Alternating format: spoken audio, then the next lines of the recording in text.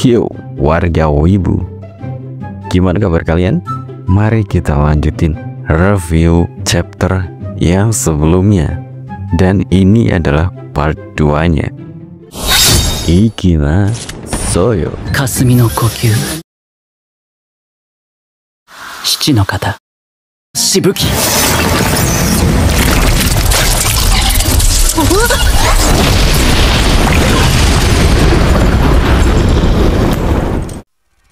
Lo udah tahu belum? Dan di setiap kejadiannya selalu muncul sosok yang bernama Sun God Nika.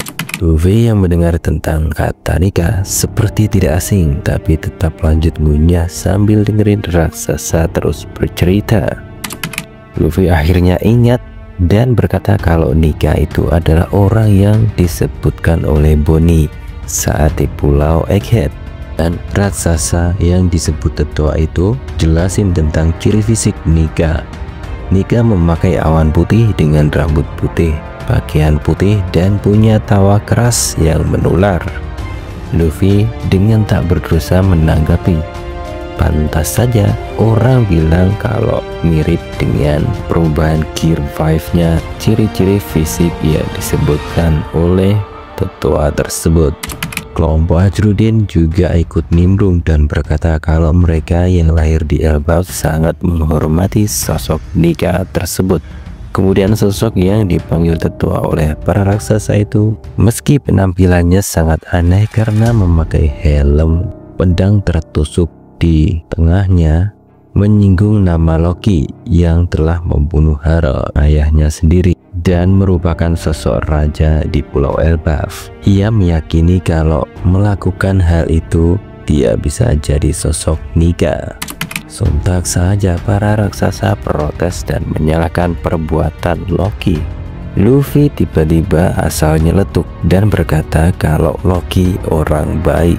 Langsung saja diinterupsi oleh semua raksasa yang ada di pesta. Kemudian mereka menjelaskan tentang sosok Loki yang merupakan seorang pangeran terkutuk. Kata mereka kelahirannya membawa bencana dan bertepatan juga saat itu Ling Yin membunuh pahlawan legendaris Jorul. Lalu kejadian buruk terus terjadi sampai sang ratu juga meninggal.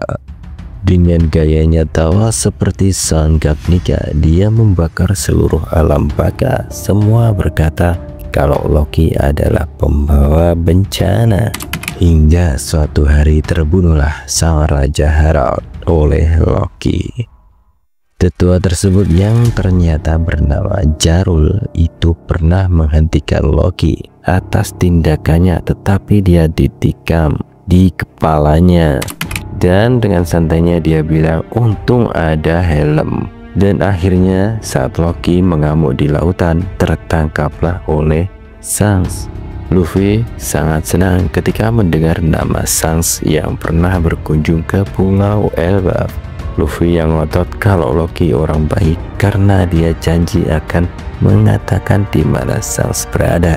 Zoro sontak nyeletuk juga kalau Loki itu penipu dan cuma memanfaatkan Luffy. Setelah para raksasa tak sadarkan diri karena mabuk minuman, Zoro, Luffy, Nami, kemudian juga budak barunya Nami yang bernama Roro menyelinap pergi karena ingin mencari kunci untuk membebaskan Loki. Mereka langsung menuju istana dan tentu saja Nami ikut karena ingin mengosongkan harta kerajaan. Matanya langsung berubah jadi dolar. Sedangkan di Underworld, Loki yang kedatangan dua sosok tamu dari pemerintahan yang menawarkan untuk bergabung dengan pemerintah dengan iming-iming akan menjadikan dia sebagai Celestial Dragon. Dengan tegas Loki menolak tawaran itu. Sosok laki-laki yang mirip dengan Shanks dan juga perempuan bernama Gunko, ternyata mereka adalah salah satu dari God's Knight. Tiba-tiba sosok monster datang dari belakang, niatnya ingin membunuh kedua tamu tersebut. Tapi sayangnya dia dibunuh duluan oleh sosok wanita bernama Gunko.